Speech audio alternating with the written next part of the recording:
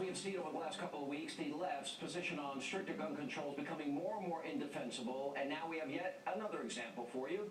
Yesterday, Democratic Congressman Jim Moran held a so-called community forum, what he called a, quote, conversation on gun violence, but when Breitbart.com contributor Celia Bigelow asked the liberal lawmaker about why he refuses to be pro-choice when it comes to how a woman can defend herself, well, that put an end to the so-called conversation. Take a look. Why are you pro-choice when it comes to self-defense for women? I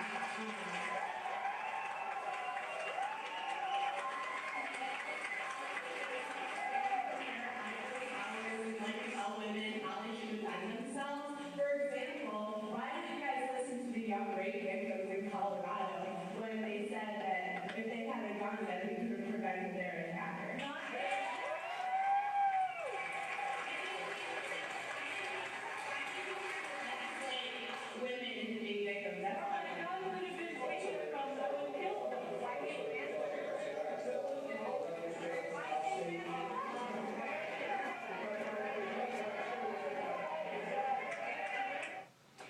All right, joining me now with Reaction Townhall.com news editor Katie Pavlich and Democratic strategist Mo Elathi is back with us. Mo, what do you think of that? Some conversation. Let me move on to the next man. What was it? I'm moving on to the next question. Well, I mean, I know Jim Moran. I think he's a good. He used to be my congressman for many years. I like him. I don't know why he didn't answer it. What I would have said was, no one's trying to take your right to own a firearm away. What we are talking about, what Congress is talking about, the debate that's on the table, are over certain narrowly defined things like high-capacity magazines, assault weapons, and background checks. Right. But, you know, one of the problems is none of these politicians know very much about guns. For example, Katie, an AR-15, of which I own 3, you can shoot anybody can shoot that weapon. And you can be learned very accurate. It's a good defensive weapon if somebody, God forbid, ever broke into your house. When Joe Biden says a shotgun, some shotguns will take a 100-pound woman and she will go flying after she shoots it. Yeah. So which gun would you recommend? AR-15. AR-15. Especially when you're defending your property. Now, if you go and take your shotgun on your porch and blow 2 blasts, like Joe Biden would say, it could land you in jail. But going back to the point that you made about saying that people aren't taking away your right to own a firearm, but it goes beyond just simply owning firearms. It goes to carrying firearms. And what Celia was referring to was Amanda Collins, who was a rape victim on a college campus, and she was held at gunpoint in a gun-free zone by a man who then... She did have a gun that she left in the car. She had a concealed carry permit at the time. She left her gun at home because of... And she says they legislated me into being a victim because she was obeying university policy by not bringing that firearm with her on campus. Now, I'm not surprised that Mr. Representative Moran wouldn't comment on this, considering his son, Patrick Moran, worked on Jim Moran's congressional campaign recently, just pled guilty to assaulting his girlfriend and jamming her head into a trash can in Washington, D.C. So you want to talk about violence against women? No wonder Jim Moran didn't want to answer this question. It's a good point. No, it's not. Apologies. Is that not a good point? I think it's a cheap point. It's irrelevant to this conversation. Patrick Moran has, Violence against women is irrelevant to the conversation? No. What his son did is not relevant at all to a conversation about gun safety. Okay, so let's stay on point. We're talking about violence against women and women's ability to defend themselves. And that's fair. And that's fair, right? But my point is, I think you're conflating different things. I'm all for women being able to defend themselves. I'm all for... Now, we should have an honest conversation. I don't disagree with you. I think he should have answered the question.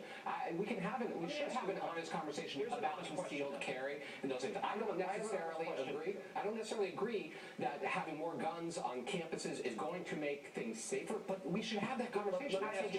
That's legitimate. For all the women in your life that you love, that you care about, they're home alone, how would you recommend they defend themselves? Look, I am not an anti-gun Democrat. I don't own one, right? I don't own one. So how would you recommend? I would tell them to get trained in the use of a firearm. What would you tell them? That's a good question, and I don't know, Sean. I don't know what I would say. Well, I do and the concealed carry around the country and on college campuses has brought down the violent crime rate, especially against women when it comes to rape, murder, assault. All right, let me go to the rhetoric of the left, because it's really getting out of control. According to Dianne Feinstein, it's legal, I didn't know this, to go hunting for humans. This is what she said. The time has come, America, to step up and ban these weapons.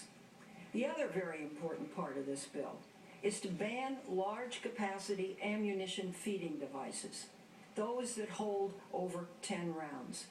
We have federal regulations and state laws that prohibit hunting ducks with more than 3 rounds, and yet it's legal to hunt humans with 15-round, 30-round, even 150-round magazines. All right, 2 points here. I didn't know it was legal to hunt humans. That it maybe in some parts of the country that I don't know about, but that's number one. But she did say there, ban weapons, which is what I think the goal is. And what if there's a home invasion? 3 or 4 people come in your house, 7 bullets in New York, 10 bullets nationally? May not be enough. The fact is, when you're in a gunfight with bad people, you never say, I wish I had less rounds. And a 30-round magazine is actually standard. Magpul is going through a huge battle right now in Colorado with them banning 30-round magazines there, which is actually standard in their company. Why is the government of the United States buying up billions of bullets? Do you have any idea? What would be the point of that? I'm not even sure I know what you're talking about. But here's my point, right? And I'm glad we're having this conversation, because when these individuals are going into schools with these magazines, these huge magazines, right? They should not have that access to that. You They don't should go not on the have internet and access to you that. can make those magazines. Well, Criminals will make them. Well, Sean, the fact is, though, that Homeland Security came out with a report in 2012 showing, we've heard a lot of the rhetoric surrounding assault weapons and modern sporting rifles and AR-15s, but Homeland Security came out with a report showing and saying explicitly the weapon of choice for mass shooters are handguns. Yeah, And so we've already seen... That'll be the incrementalism. All right, we got to go. Thank you both. Good to see you. Coming up next, Iranian President